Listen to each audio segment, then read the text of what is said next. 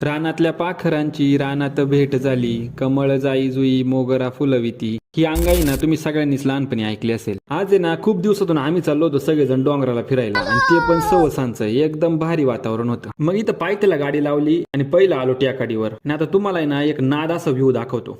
तुम्हासनी बघायचंय का तुम्हासनी?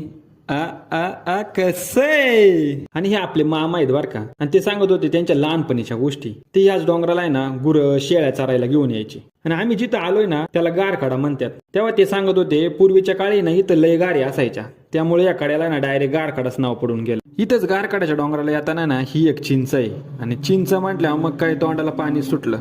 मग याला म्हटलं पाड रे 2-4 चिंचा. ह्याने 2 नाही 4 नाही डायरेक्ट 3च पाडल्या. पण चिंच मात्र लय गोड होती, पण ती बिना मिठाचीच खावी लागली ना.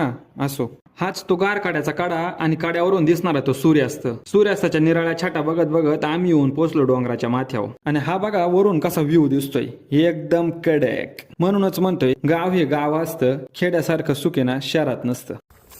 तुम्ही एखाद्या मंदिरात जाते जर वातावरण प्रसन्न असेल तर तुमचे वाईट विचार सगळे निघून जाते.